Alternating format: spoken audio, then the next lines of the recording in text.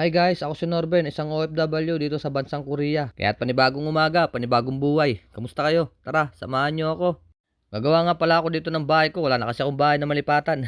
Hindi, joke lang. Lagayin lang to ng mga tools, mga gamit dito ni Sajang Nim. Kaya yung mga galon dito, tinatambak ko lang dito yan. Kaya naglawa muna ako dito ng bahay-bahayan. Dati din akong construction worker, kaya marami akong experience sa mga natutunan. Kagaya na lang nito, nakakagawa ko na dito ng mga kubo. Hindi lang yan, halos sa construction yata. Pinasukan ko na sa pagtatrabaho. Ito kasi yung pinakaunahan kong trabaho dati. Biglaan lang din yun. Sadyang sinama lang talaga ako ng tropa. Sabi lang kasi maglilinis lang daw kami sa building. Wala daw kaming gagawin. Kaya sumama na ako. Akala ko lang pala yun, yung pala naging helper electrician kami noon, yung araw na yun. Doon nga pala kami nagtatrabaho noon sa Taguig Shangri-La. Ayun yung pinakaunang trabaho ko, unang pagpasok ko sa pag-apply. Mula noon, marami na ako natutunan ng experience. Saka hindi rin ako matututo kung wala rin nagturo sa akin. Shoutout nga pala sa'yo, Kuya John Tuong. Kung nasan ka man, mabuhay ka at mag-ingat ka. Kung hindi dahil sa'yo, wala to. Hindi ko to matutunan lahat. Masyado nang inubog yung katawan ko sa pagko-construction. Lalong-lalo na yung mga naghahalo ka talaga. Tapos magbubuhat ka ng mga semento. Tapos magbabali ka ng mga tubo. Naalala ko pa yun, na-assign ako ng isang buwan sa fabrication. Yun, nag-welding kami ng mga bakal, yung mga tubo at saka yung mga angle bar. Hindi pa ako gumagamit noon ng safety goggles, yung para sa mata sa pag-welding. Kaya sumakit talaga yung ulo ko noon, tapos dumilim yung paningin ko, parang wala na akong nakikita sa sobrang sakit ng ulo ko noon. Tapos yung pagpipintura, may proseso din pala yung pag-ano ng pintura. Akala ko talaga pag nagbumili ka ng pintura, ipapahid mo na lang agad. Hindi pala ganun yun. Depende pala yun sa paggagamitan mo, kasi yung sa atin kasi pag sa bahay lang talaga, pag nagpintura tayo, talagang pintura lang. Iba pala talaga pagdating talaga sa construction, pag nasayin ka sa mga building. Pati yung pag-i-steel man, yung pagtatali ng mga GI sa mga bakal, isa sa pinakamahirap din yun na tinarbaho ko. Yung tirik na tirik yung araw habang nagtatrabaho ka. Kaya ako napapansin nyo yan sa mga building na high-rise. Yung mga taong nakarnes na nakatali sa bilog na bakal. Ganun na ganun yung trabaho ko dati noon. Iba nga ang mga kasamahan ko noon, mas gusto pa magtrabaho ng gabi kaysa sa umaga. Kasi napakahirap nga talaga pag umaga sa sobrang init. Tapos hindi lang yan, pagkatapos mo magtali ng mga bakal, babantayan mo naman yung buhos niyan. Pag hindi mo talaga tinutukan yung buhos, sigurado mananagot ka talaga. Lalong lalo na yung mga ginagawa ng iba dyan, nag-OT lang para matulog.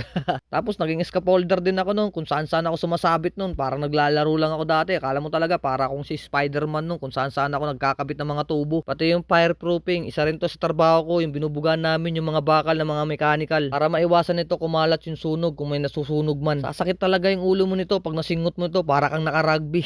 Pati yung pagta-tiles, isa rin to sa pinakamahirap. Balot na balot ako dito pag nagpuputol ako dito ng tiles. Grabe talaga yung alikabok nito. Pag dumikit to sa mukha mo, sigurado magiging an-an. Pati pag-aasintada ng mga hollow blocks, isa rin yan. Hindi pa ako gumagamit dyan ng tansi.